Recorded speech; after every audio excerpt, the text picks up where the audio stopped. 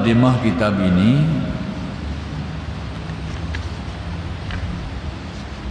kata Syekh Abdul Qadir, marilah kita sekali lagi bersalawat untuk beliau,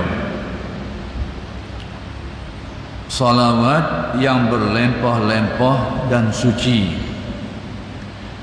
Jadi Syekh Abdul Qadir mengajak kita untuk bersalawat kepada Nabi sallallahu alaihi wasallam. Salawat asalnya bermakna doa. Jadi bila disebut sebagai bersalawat kepada Nabi, sebenarnya kita berdoa kepada Nabi sallallahu alaihi wasallam. Itulah hakikatnya.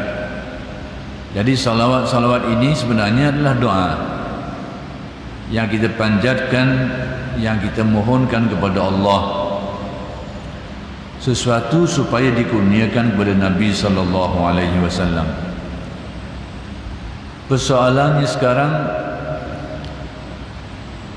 apakah orang seperti Nabi ini kita perlu doakan lagi?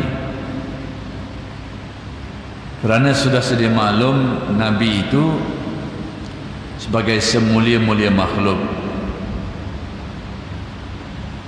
dan Nabi itu bertaraf maksum, sudah tidak ada salah dan dosanya. Jadi kenapa perlu kita bersalawat yang mengandungi makna berdoa kepada Nabi?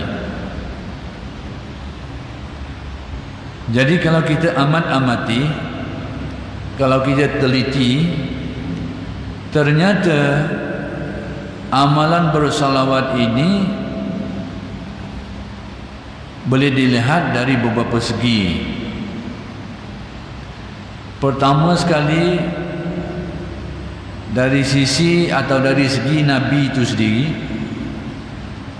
doa kita ini kepada Nabi ternyata lebih kepada meningkatkan lagi kesempurnaan maqam kenabian. Jadi itulah yang perlu kita fahami, doa kita kepada Nabi, salawat kita kepada Nabi, supaya mudah-mudahan Allah Ta'ala menambah dan meningkatkan lagi kesempurnaannya. Sudah sempurna, tapi tingkatan kesempurnaan itu tidak ada batasannya. Jadi bila kita berdoa kepada Allah, bersalawat kepada Nabi, artinya kita mohon kepada Allah supaya ditambahkan kesempurnaan. Itu pertama yang perlu kita fahami berkait dengan salawat. Yang kedua,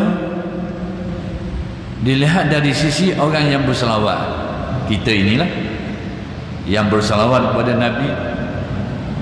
Ternyata orang yang bersalawat itu akan memperolehi sesuatu seperti yang dijanjikan di dalam dalil-dalil dalam Al-Quran dan hadis. Jadi yang lebih penting sebenarnya di sebalik salawat kita itu, doa kita itu, sebenarnya yang lebih penting kembalinya kepada kita. Itulah yang lebih penting. Apa yang kembali kepada kita? Pertama sekali, akan diganjari 10 kali ganda doanya. Sekali kita bersalawat, berdoa untuk Nabi sallallahu alaihi wasallam, 10 kali akan dibalas permohonan kita. Innallaha wa malaikatahu yusalluna 'alan nabiy ya ayyuhalladzina amanu sallu 'alaihi wa sallimu taslima. Ayat ini mengandungi suruhan kepada orang-orang yang beriman supaya bersalawat kepada Nabi. Mengenai ganjaran 10 itu disebut di dalam hadis. Al-Quran menyuruh. Ganjaran ditafsirkan di dalam hadis, man shalla alayya marrah sallallahu alaihi biha asyra.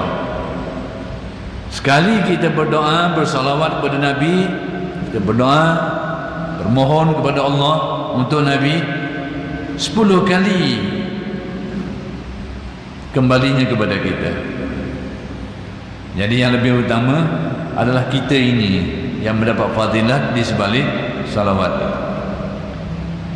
Yang kedua, kembalinya juga kepada orang yang bersalawat. Selain daripada 10 kali ganda doa itu diberikan kepada orang yang bersalawat, iaitu salawat ini menyumbang kepada mendapat syafaat Nabi. Maka sebab itulah disebut di dalam riwayat, antara orang yang paling berhak untuk mendapat syafaat Nabi ialah orang yang paling banyak bersalawat kepada Nabi. Itulah orang yang paling dekat untuk mendapat syafaat, pertolongan. Jadi faedah salawat itu kembali kepada orang yang melakukannya. Jadi demikianlah, bila Syamsul Qadir menganjurkan kita supaya bersalawat, kita akan mendapat manfaat-manfaat ini.